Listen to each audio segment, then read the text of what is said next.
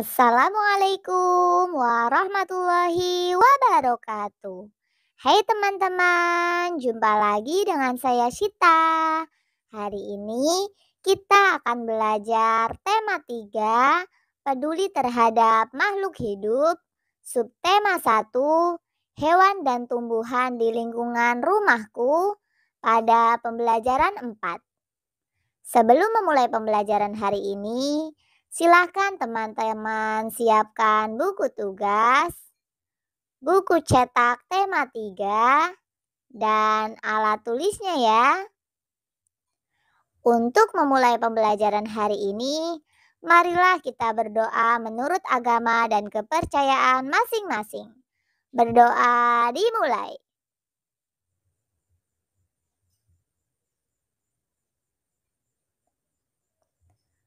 Berdoa selesai.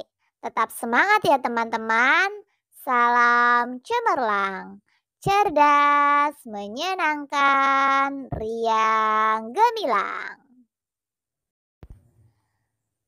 Pada pembelajaran 4 ini, teman-teman akan belajar muatan bahasa Indonesia dan muatan PPKN.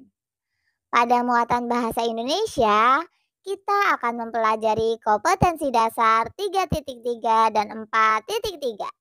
Sedangkan pada muatan PPKN, kita akan belajar kompetensi dasar 3.2 dan 4.2.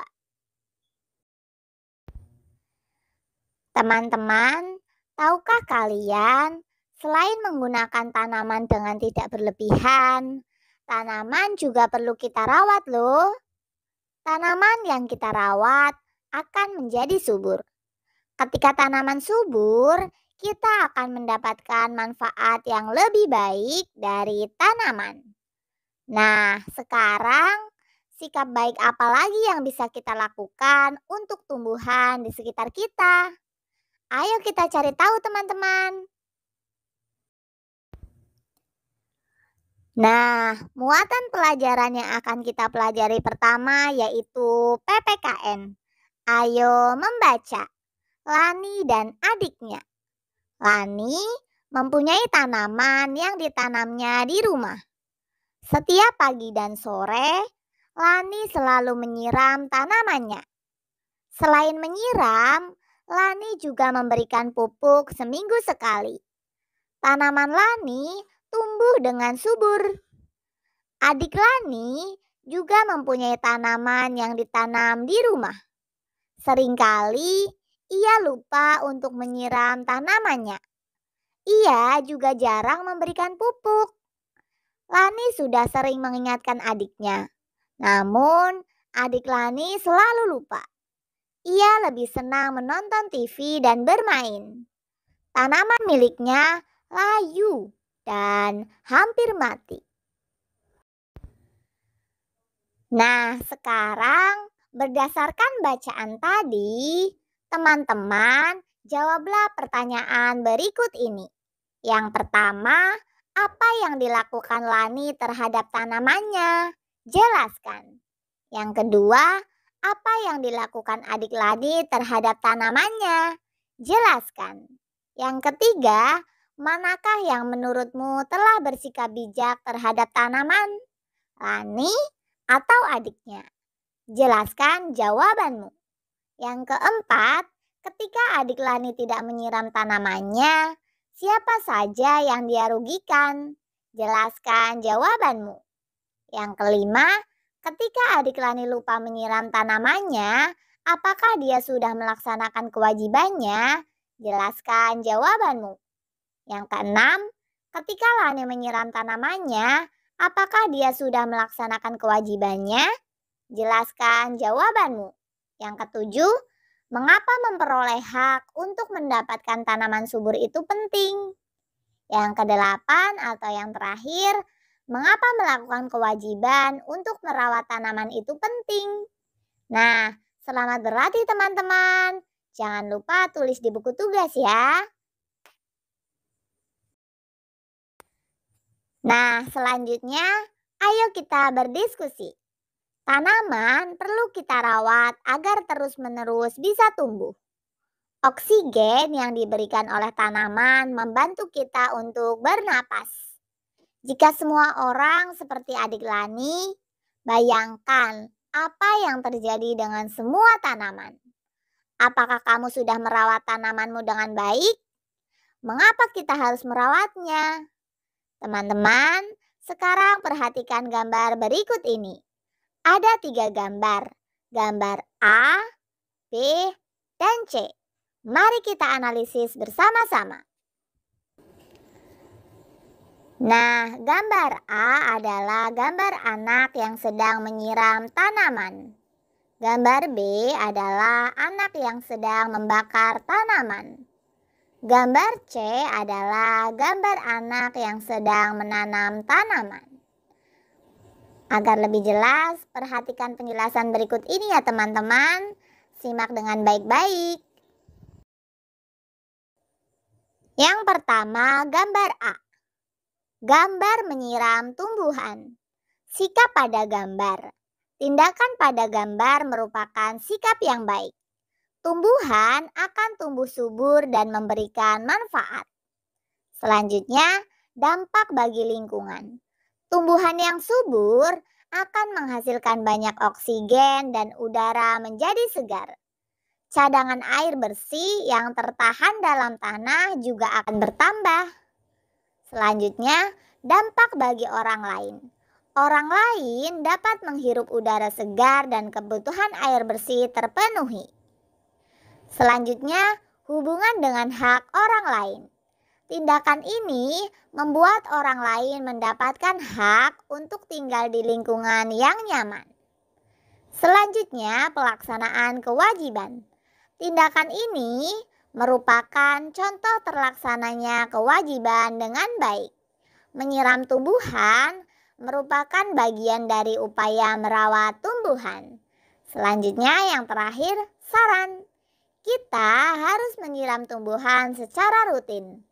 Tumbuhan yang disiram akan tumbuh subur. Gambar selanjutnya yaitu gambar B. Membakar tumbuhan. Kita analisis satu persatu. Sikap pada gambar. Tindakan ini merupakan sikap yang tidak baik. Membakar tumbuhan dapat merusak lingkungan serta menimbulkan polusi. Dampak bagi lingkungan. Membakar tumbuhan dapat merusak alam sekitar. Asap yang dihasilkan menimbulkan polusi udara. Sementara sisa hasil pembakaran juga dapat mencemari tanah. Dampak bagi orang lain. Asap pembakaran tumbuhan membuat udara tercemar, sehingga napas bisa terasa sesak dan menyebabkan penyakit bagi orang lain. Hubungan dengan hak orang lain. Tindakan pada gambar melanggar hak untuk menghirup udara segar dan hak untuk hidup sehat. Pelaksanaan kewajiban. Tindakan pada gambar menunjukkan tidak dilaksanakannya kewajiban. Merusak tumbuhan berarti tidak menjaga kelestarian lingkungan. Selanjutnya, yang terakhir, saran. Kita perlu menegur mereka yang melakukan pembakaran tumbuhan. Lebih baik tumbuhan pengganggu seperti semak-semak dibersihkan dengan cara tidak dibakar. Lalu kita tanami lagi lahan dengan tumbuh-tumbuhan yang bermanfaat. Nah, selanjutnya gambar C. Menanam tumbuhan. Sikap pada gambar. Tindakan pada gambar merupakan sikap yang baik. Kita akan mendapat banyak manfaat dari tumbuhan yang tumbuh dengan subur. Dampak bagi lingkungan. Tumbuhan akan menghasilkan banyak oksigen dan mengurangi polusi udara. Dampak bagi orang lain. Orang lain dapat tinggal di lingkungan yang nyaman dan dapat menghirup udara segar. Hubungan dengan hak orang lain. Tindakan ini membuat orang lain bisa mendapatkan hak untuk tinggal di lingkungan yang nyaman dan menghirup udara segar. Pelaksanaan kewajiban. Tindakan ini merupakan contoh terlaksananya kewajiban dengan baik. Menanam tumbuhan berarti menjaga kelestarian lingkungan. Sarannya, kita sebaiknya mengajak orang lain untuk menanam tumbuhan agar lingkungan tetap nyaman. Sudah jelas ya teman-teman, beberapa penjelasan dari A, B, dan C. Teman-teman, kita harus selalu ingat, kita wajib menyiram tumbuhan dan menanam tumbuhan agar lestari. Kita hindari tindakan yang merusak kelestarian, seperti membakar tumbuhan. Selanjutnya, Sita akan menjelaskan membuat jadwal merawat tanaman. Kewajiban merawat tanaman harus kita laksanakan secara rutin. Kita bisa merawat tanaman pada pagi dan sore hari. Kita bisa merawat tanaman dengan berbagai kegiatan. Kita bisa menyiram, memupuk, membersihkan rumput, dan menjaga dari hama. Agar disiplin merawat tanaman, kita bisa membuat jadwal seperti Uni. Uni mempunyai tanaman mawar, melati, tomat, dan cabai di taman. Uni membuat jadwal untuk merawatnya. Ayo kita perhatikan jadwal merawat tanaman yang dibuat Uni berikut. Contoh jadwal merawat tanaman. Di situ terdapat dari hari Senin sampai Minggu. Kegiatan di pagi hari, ada beberapa kegiatan di pagi hari dan di sore hari. Untuk di pagi hari, dari Senin sampai Minggu kegiatannya yaitu sama, menyiram tanaman. Sedangkan pada kegiatan di sore hari, kegiatannya berselang-seling. Di hari Senin, membersihkan daun-daun kering dari tanaman. Selanjutnya di hari Selasa tidak ada kegiatan di sore hari. Sedangkan di Rabu ada kegiatan membersihkan tanaman dari hama. Begitu juga di hari Kamis, tidak terdapat kegiatan di sore hari. Pada hari Jumat, ada kegiatan mencabut rumput yang mengganggu tanaman. Pada hari Sabtu, tidak terdapat kegiatan di sore hari. Sedangkan pada hari Minggu, ada kegiatan memberi pupuk pada tanaman. Nah, sekarang tugas teman-teman adalah membuat jadwal merawat tanaman yang sudah kamu tanam pada pembelajaran 3. Disiplinlah dalam melakukan jadwal tersebut. Semangat teman-teman! Muatan selanjutnya yang akan kita pelajari yaitu bahasa Indonesia. Masih semangat ya teman-teman? Sita akan menjelaskan kriteria pertanyaan wawancara yang baik. Pertanyaan yang baik meliputi 1. Sesuai topik. 2. Jawabannya bukan iya dan tidak. Yang ketiga, menggali lebih banyak informasi. Yang keempat, diawali dengan apa, siapa, di mana, kapan, mengapa, dan bagaimana. Selanjutnya, pertanyaan fokus atau tepat sasaran. Yang keenam, bahasa benar. Yang ketujuh, antar pertanyaan berkesinambungan. Nah, agar lebih jelas, teman-teman perhatikan penjelasan Sita berikut ini ya. Sita akan menjelaskan satu persatu teman-teman. Yang pertama, sesuai topik. Sesuai topik akan memunculkan rasa keingintahuan kita. Rasa ingin tahu tersebut bisa kita tuliskan dalam bentuk pertanyaan. Jadi, pertanyaan wawancara yang ditulis harus sesuai topik wawancara agar keingintahuan kita bisa terjawab. Yang kedua, berupa pertanyaan terbuka. Pertanyaan terbuka adalah pertanyaan yang mampu memancing jawaban detail. Jawaban dari pertanyaan terbuka berisi informasi yang ingin diketahui. Jawaban yang dibutuhkan bukan hanya iya dan tidak. Jawaban iya dan tidak bukan merupakan jawaban pasti.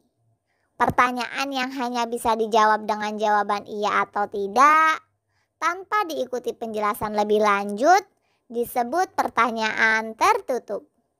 Yang ketiga, menggali lebih banyak informasi. Ada banyak informasi yang bisa kita ketahui berdasarkan topik wawancara. Bahkan, kita bisa mendapatkan informasi baru yang belum kita ketahui. Kita bisa memperoleh banyak informasi yang ingin kita ketahui dengan menuliskan pertanyaan.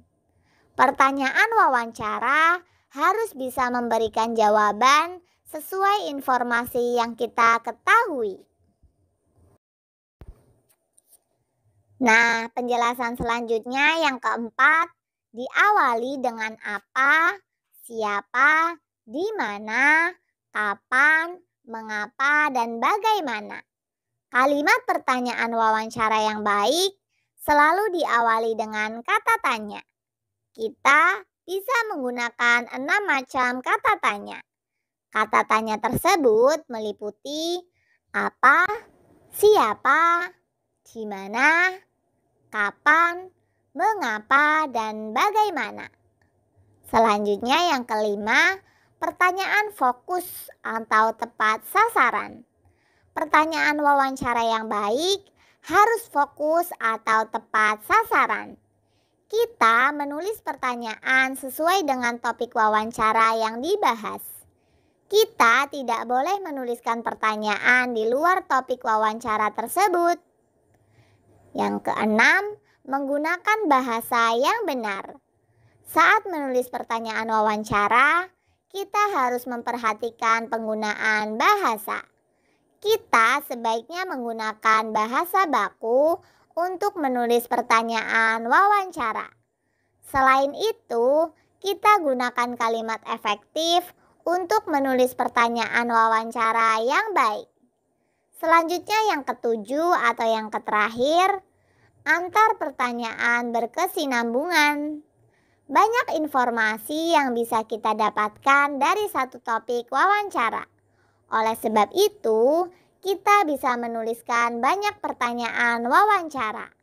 Pertanyaan-pertanyaan tersebut tidak bisa berdiri sendiri.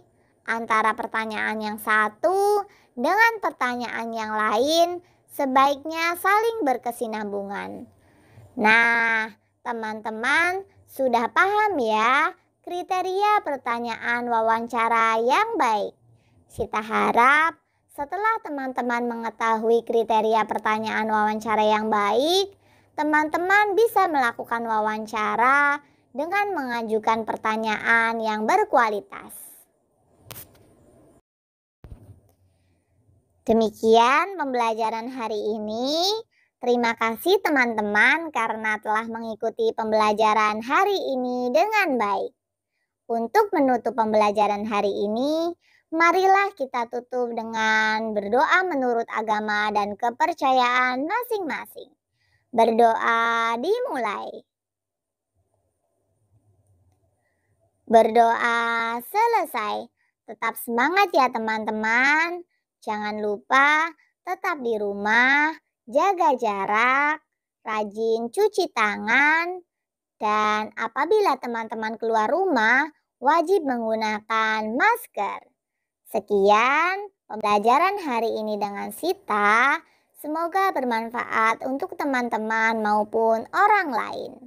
Wassalamualaikum warahmatullahi wabarakatuh.